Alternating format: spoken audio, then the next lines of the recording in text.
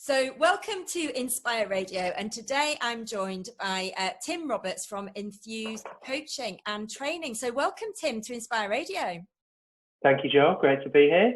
Well, I'm glad you could join us. So can you tell us a little bit about what you do at Enthuse Coaching and Training? I can, yes. So I always think, what's my job title? But I guess you almost, well, I could just say anything really, couldn't I? No? Good. Well, that's fine. We'll just talk about anything. I guess when you run your own business, you're very, very much a jack of all trades. So my day job, if you like, is I'm an emotional intelligence coach, an inspirational speaker, and learning facilitator. So what does that mean? I work with individuals, leaders, teams, and organisations purely with a focus on enabling them to develop their own emotional intelligence, so develop their emotional intelligence, and I guess most importantly, apply their emotional intelligence. So how would I do that? I might coach individuals from exec coaching through to emerging talent, I guess, to use the titles that people tend to give it. I would run some learning experiences. So I have some Enthuse learning experiences that I've designed and deliver and facilitate with a number of clients, which goes across a kind of ream of things, a range of things really. All right at the heart of it is about that ability to develop emotional intelligence, whether that's in your leadership style, whether that's within the team that you work, or whether that's working with organisations to develop their culture. So I spend quite a lot of time working with organisations around their values-led culture, creating a purpose-led culture, and really creating that sense of what it's like to work there. And again, the only way we can achieve that is through developing a plan of emotional intelligence.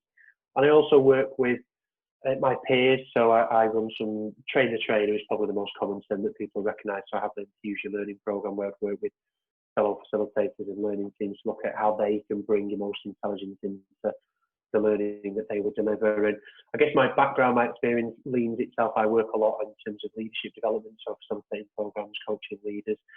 And I'm also an inspirational speaker, so which is where you and I first met back in sunny Manchester last year. So I host some conferences. We met at the Coaching Culture Conference, and I also do a lot of inspirational speaking. So whether that be at networking events or large either company conferences or kind of industry events, so works with CIPD at conferences like that, and we'll do some inspirational speaking at particular company conferences, which again is always focused on helping people to create an environment where they can develop and apply their own emotional intelligence. So I guess the key thing for me in whatever I do is it's got to be engaging, it's got to be able to inspire people. And I guess this you've heard me say it and seen me write it a lot. It's about getting people enthused in this element of enabling people to understand that you always have a choice, because it always starts with you. So whatever it is that you want to do, however you want to respond to the world, it always starts with you.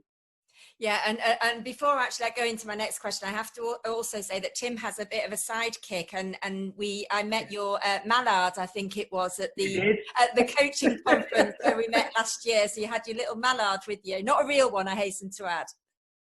No mallards were harmed in the making of that inspirational start now. So yeah, I do have a self-coaching mallard that's all the country with me. I always laugh actually, because at that Coaching Culture Conference, Coaching Culture as an organisation obviously tried amazing digital coaching solutions, and I turned up with a stuffed mallard. And I most recently was working with AXA Insurance at one of their leadership events, an inspirational talk, into this huge conference venue, and so there was lots of other conferences going on, and I was walking through the various corridors trying to find the right room with my nails painted whilst holding a stuffed mallard under my arm.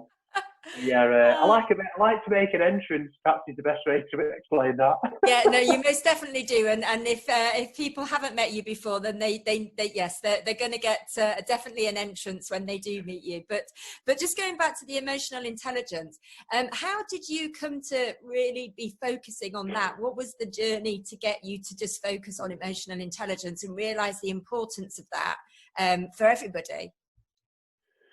Yeah, I think particularly when I started on my journey in learning and development, so started to design and facilitate leadership development, and I guess be on the other side of it, because I've got around 20 years leadership experience, so I was always sat in the audience, I was always a learner, and when I got the opportunity to kind of turn the tables and be that facilitator, as I was learning more about time management, presentation skills, leadership, all these things that facilitate, there was always this element in the back of my mind thinking, what's the key that enables somebody to leave that learning experience and do something with it? And maybe, it's a cliche, but maybe the light bulb moment, maybe the epiphany was when I did my NLP practitioner, and then coupled that with doing my coaching qualification as well. And through that, this term emotional intelligence started to get introduced much more, and particularly through my NLP, which I did with a chap called Jimmy Petrucci, who I now re-quote at every possible opportunity. Jimmy knows I do it, and I always give him full credit.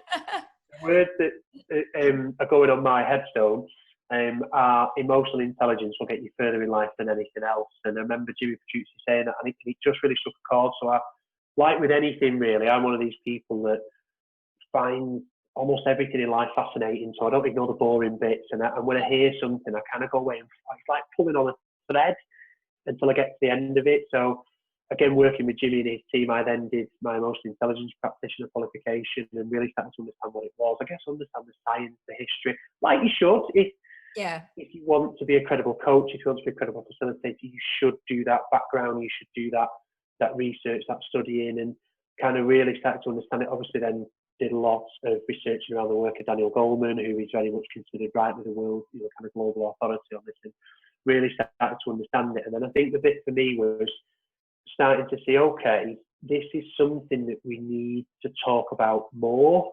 We need to, I'll say as it is, emotional intelligence is something that the man in the street needs, and potentially, because it's still being explored, and if I'm honest, because it's called emotional intelligence, some people dismiss it, and it sounds a bit fluffy, doesn't it? Almost sounds like fluffy stuff. Oh, that's how people would perceive it, but it's not. It's like it's fundamental to who we are as human beings, isn't it? Absolutely. We use it all the time, and I think the bit for me was this realization of a lot of leadership development was being done, and people weren't doing anything with it because they couldn't overcome their emotions. Where in the moment, after the course, after the learning experience, etc., when they're supposed to apply those skills, because they're still faced with the same person who triggers the same thoughts, the same emotions. So I think that was the big revelation for me, and I started to explore it more and more, started to understand it more and more, started to explore my own models of it and my own kind of understanding of it. And I guess the key trigger for me was experiencing my own mental health challenges. So 2018 was my annus horribilis. Have I said that right? That was one. That's exactly that headline was. When the castle burnt down. I always remember that headline, annus horribilis. That 2018 was that for me, and I was diagnosed with severe depression because it was anxiety and stress. But there was lots and lots of stuff with work, and it was predominantly work. It was nothing in my personal life. I'm very happily married, 2 children, and have a wonderful life. It was the work experience for me and the work situations, and going through counselling, being offered antidepressants, working with different charities, going to different events to kind of explore this mental health issue. The big thing for me was the realization that what saved my life was my emotional intelligence, because it allowed me to see, no matter how bad this severe depression is and the thoughts and emotions that it sends you down. For me, that was suicidal thoughts. That was the kind of fulcrum of my mental health. And what it allowed me to do is my emotional intelligence allowed me to come back and allowed me to say, no, that's my emotions and that's my thoughts because of this depression. I choose how I respond to it. And that's what emotional intelligence is. It's your ability to recognize, understand your emotions and choose how you respond to it. And then ultimately, you can turn that into a positive influence on others, because you can then start to recognize and understand the emotions of others and positively influence others. And I guess there was a bit for me of saying, okay, well, if I can develop and apply emotional intelligence to overcome that kind of challenge, how can we put this to work for the challenges that people face in their career, in their leadership roles, in their organizations?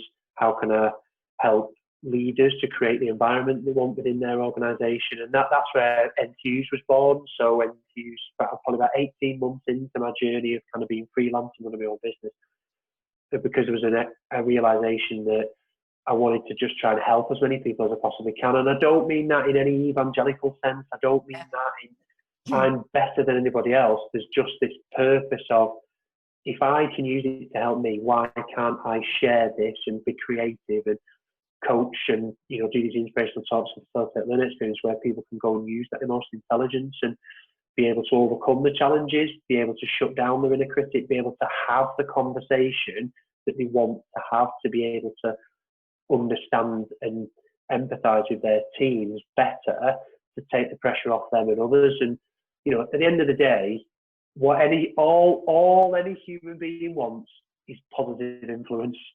Yeah. They want those positive emotions. We're seeing it at the moment, you know, when people share, you know, we're recording this in the middle of the corona. In the middle, I hope it's the middle. Maybe it's the beginning. We don't know, do we? No, it changes from day to day at the moment, doesn't it? So, yeah. Dangerous sounding like a medical expert there. I am not. Definitely not. In the coronavirus crisis, and what you see is that when people are talking about their own experiences with the NHS, so a lady who I know shared, Laura Royal, she shared on LinkedIn today, she's, God love her, she's fractured her ankle, and so she's had to go to A&E.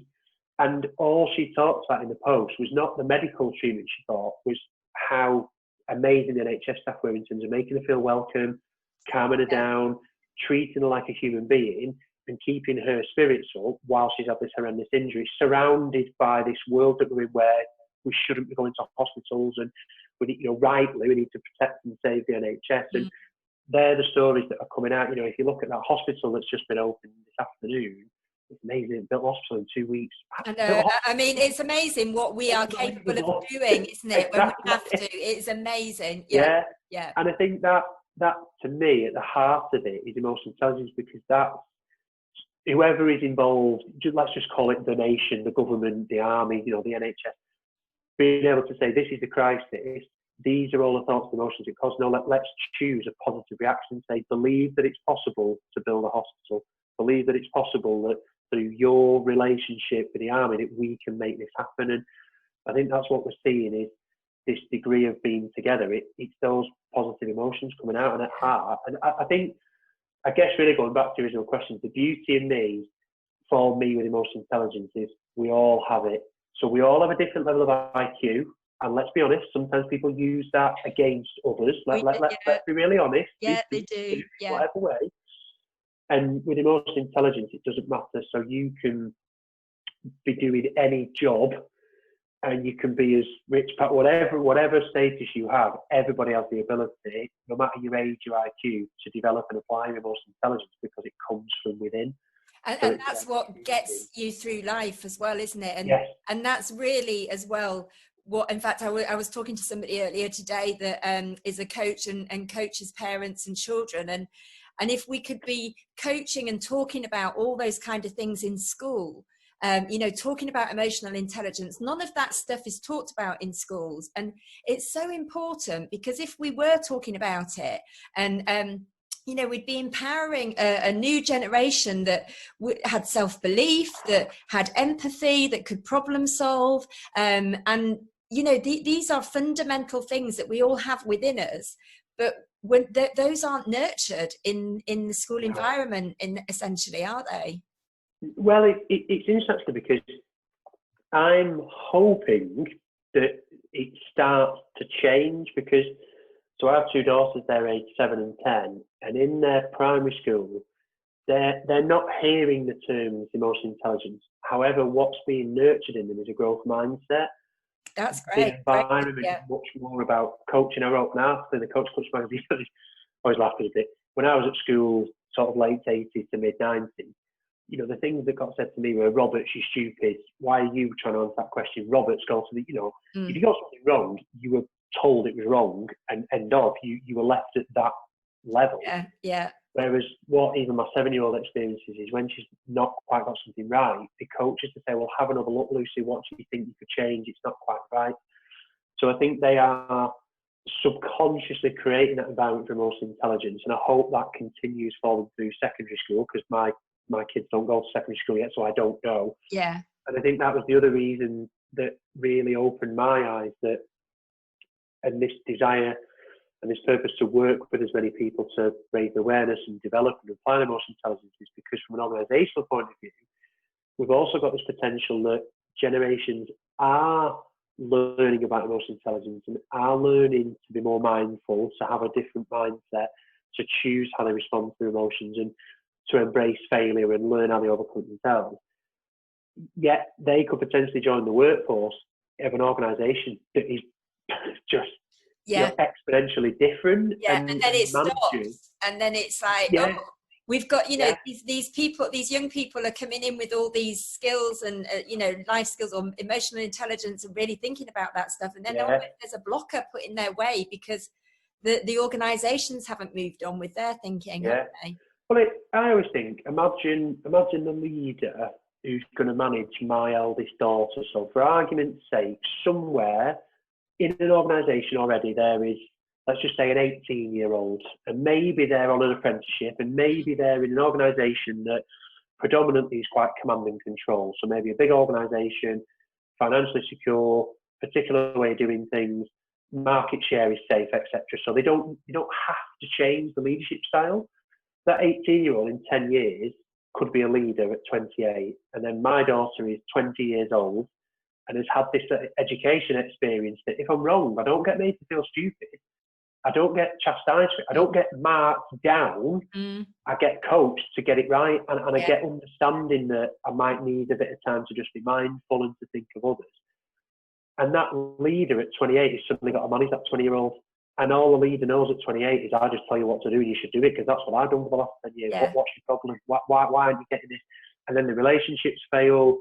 It is literally the proverbial pebble in a water and ripples, because then that 20-year-old doesn't want to stay in that organisation, so they leave. It costs the business money, labour turnover, etc., etc. So it's about working with organisations in whatever way, whether it's organisational culture, individuals, leaders, or teams, and saying, now's the time to start understanding and raising awareness and developing, applying emotional intelligence, because that's what's going to get you further in life now and future-proof. Think about a leader now in this crisis who suddenly never works from home, and they might be a coaching client of mine. He's in his 40s. He's never worked from home. Why would he? The organisation he works for, he's never needed to, and suddenly he, within a very short space of time, with a lot of uncertainty leading up to it, now has to work from home and has to lead his team remotely. And they've never worked from home.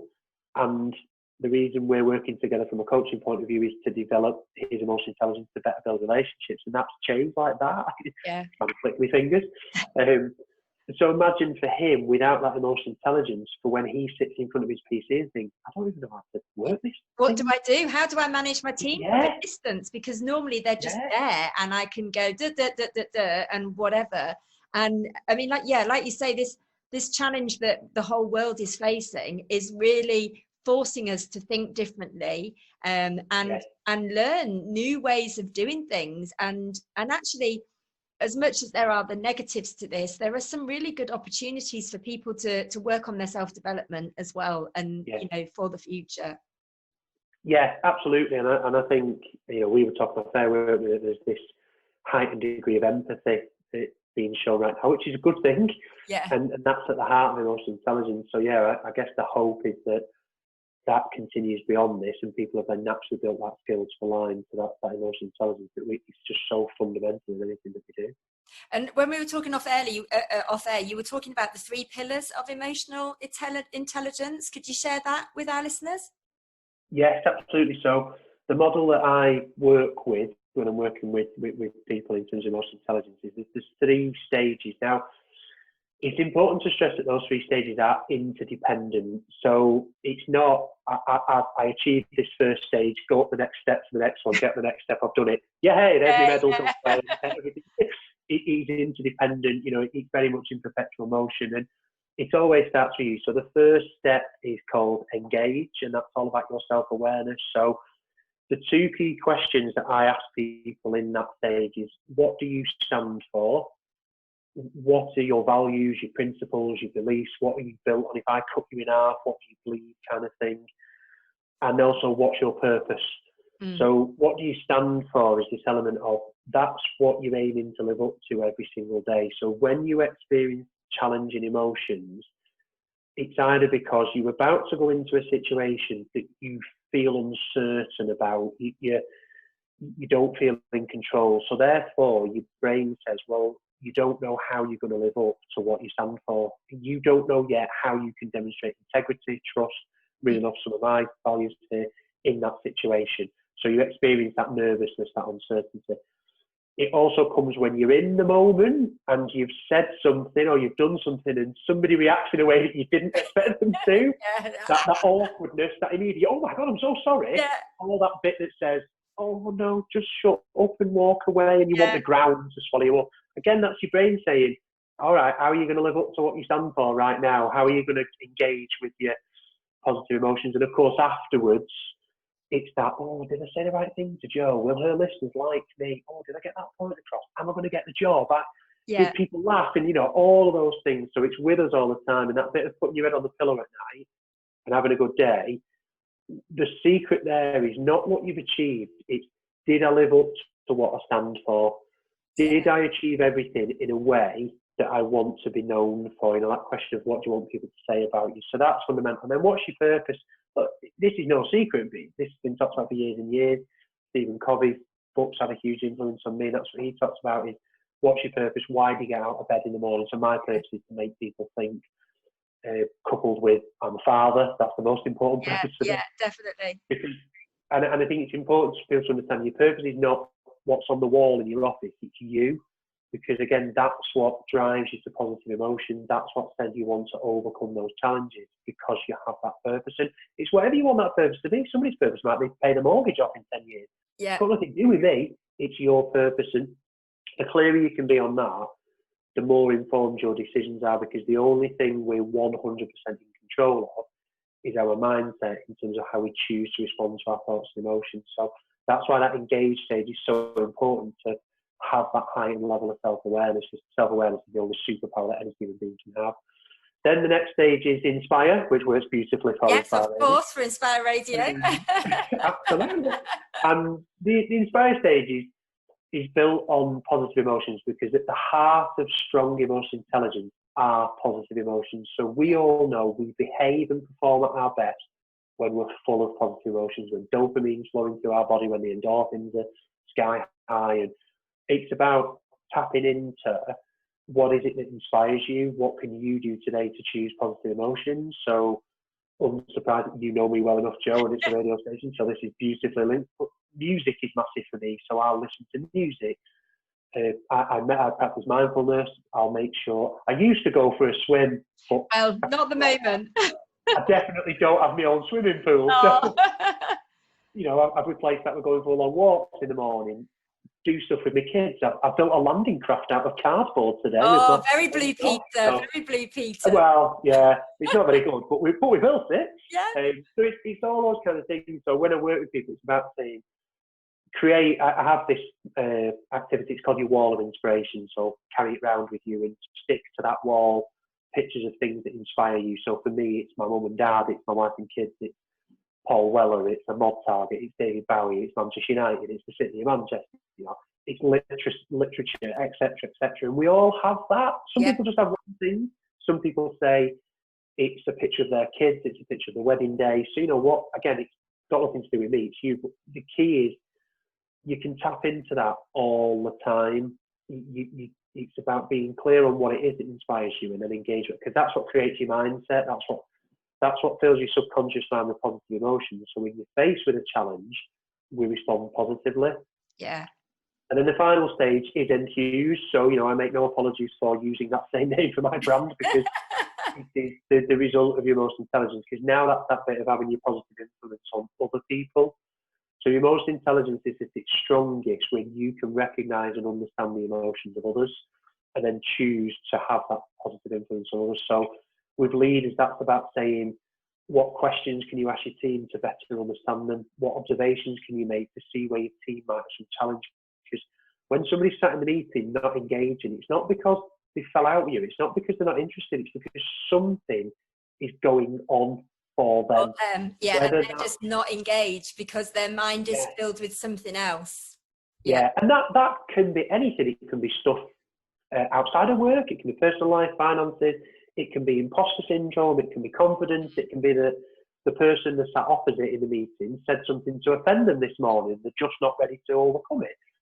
And it's kind of having your spidey senses switched on, and that's why your first step is so important, engage, because that raises self-awareness, and you can bring that into working with other people and identify people's body language, observe it, and then do something about it. Whether that's you being positive yourself, whether that's you recognizing it and saying, is everything okay, because you were it yourself earlier, or whether that's just the key thing for organizations and leaders and teams, it's about create the environment where people can deal with those emotions for themselves, create the environment where it's positive so people feel psychological safety, I guess is the widely used term, where people can say, yeah, I want to have that conversation with a person that did something to upset me earlier, instead of just letting it build up inside of me. Yeah.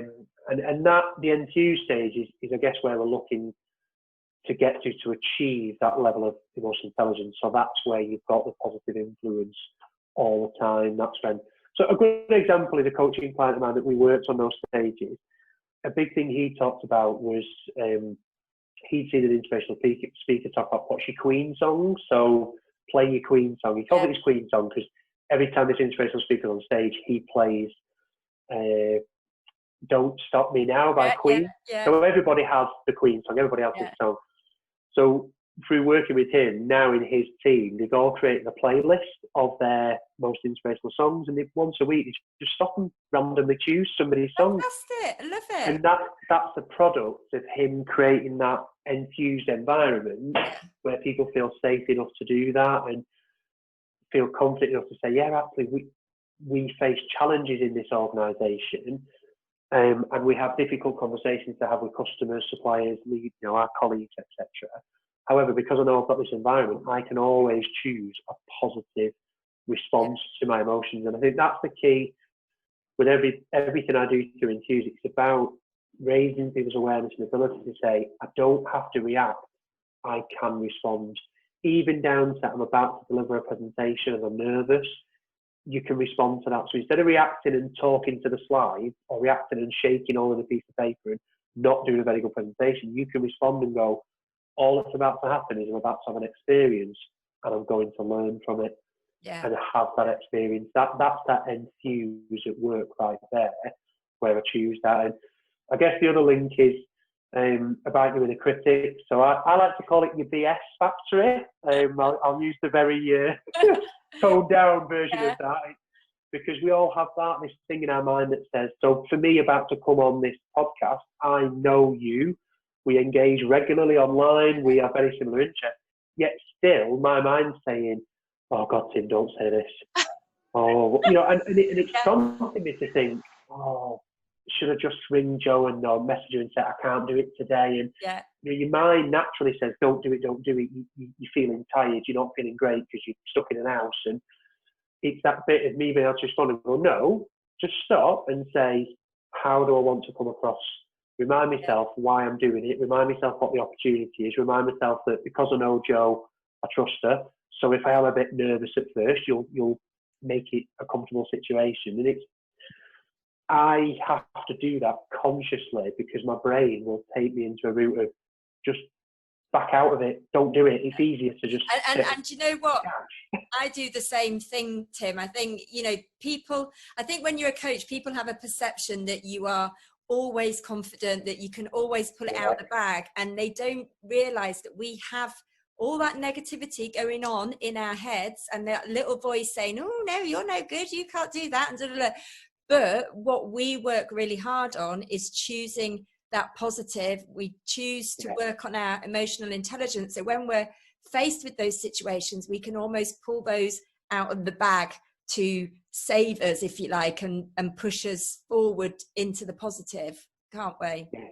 Yeah, absolutely. And I guess I always remember how lucky I am being a coach and a facilitator, because when we do that for ourselves, again, that heightened level of emotional intelligence comes from the positive influence of others. So yeah, we can get that positivity from people that we coach, people that we create that learning environment for, and it's just, we have to make that choice. That's why I'm so passionate about it, because I talked about myself coming on a podcast, that happens for the manager who's about to have a one-to-one. That happens to the salesperson who's about to go and see a potential client. That happens to the publisher who's about to speak to a potential author for the first time. You know, it happens to the NHS doctor who's about to start his shift. And it's that element of helping people to understand that this is why emotional intelligence fits further life now, because you can always respond to your thoughts and emotions, and don't allow yourself to react, because that's for me, that's when I end up with severe depression, because I'm reacting. Yeah. And it's about being able to respond to that and know that every single person around you having similar thoughts, having similar challenges, and that's why they behave in certain ways sometimes. Yeah. That's why your boss lets you down sometimes. That's why you let your boss down sometimes. It's why business leaders don't behave in a way that we want them to. We've seen examples of that recently. I'm not going to name names for libelous reasons. Me and you can talk about it off air. But not on the air. Do it on air. I'm sure people know who we're talking about anyway. You know, all that's happening is they're letting their BS factor, their inner critic, run away with them, and they're not choosing to respond. And you know, we're all aware of the fight and flight in terms of how your most basic program of your mind. And yeah, it's about developing people's awareness of that, to create an environment where they can develop and apply it for themselves. And the key message is it always starts with you. You always have a choice how you respond to whatever situation, whatever thoughts and emotions you are. And I love that. I love your hashtag. It always starts with you. Because it does. Everything starts with us. And it's funny when I'm in a situation where I might be moaning to myself, oh, this is happening, this happen, whatever. And I think, well, there's only me that can change it. I have to do something about it. If I don't do something about it, it's not going to change. So it does always start with you, most definitely. Yeah. I can hold it up to camera. I even have it on a wristband. I know our listeners won't be able to see, but I can see it. I know. Well, they will be widely available once the coronavirus is left us alone. They won't be available. It's probably not the right time to send people things in the post right now. No. And that's just an anchor again. Having that reminds me to respond, and you know, it's a bit like it's very British, but the knot in the hanky that people used to talk about, because it's reminders. But you're right, it is. You know, again, thinking about the musical influences that we love, we don't have the world we have unless the Beatles chose to overcome criticism, unless the Rolling Stones chose to say, no, we can make rhythm and blues the most popular music on earth. Everybody makes that choice, sometimes very subconsciously. However, I think the most talented and most creative of people subconsciously make it easy because they're so engrossed in the work that creates positive emotions. You know, there's that, it's called flow, isn't it? The research that's been done. You know, that's why when we're at work and we perform at our best, because we're naturally doing things that drive that positive emotion. We're engaged, aren't we? We're engaged, we're enthusiastic, and we're enthused, Tim. Yeah, exactly. So, thank you. We are enthused. You are absolutely right. On that note, if people want to find out more about what you do, how can they find you? Yeah, so I have a website which is enthusecoaching.com. It's a bit like my wristband, it's about to be revamped. So at the moment it's a little bit of a holding page, and that's going to be revamped in April. Best way to get in touch is LinkedIn. I'm busy on LinkedIn, so they can find me. If they just search Tim Roberts Enthuse, they will find me on there, so they can get in touch on there, or follow me on Twitter. And yeah, you know, I always encourage people to just get in touch. I think it's, you know, ultimately that's how we've ended up having this chat today, isn't it? Yeah, we at the conference, we've kept in touch, and that's hopefully people enjoy the chat. So yeah, I'm more than happy to be able to get in touch and have a look at what's going on. Fantastic. Well, I know we could chat all day, because we have actually chatted for an hour, I think, before we started recording this. So. It's a condensed version, isn't it? I know. But anyway, thank you for joining us, Tim, here on Inspire Radio. Very welcome. Thank you for the opportunity, Joe. Always a pleasure. Thank you. Thank you.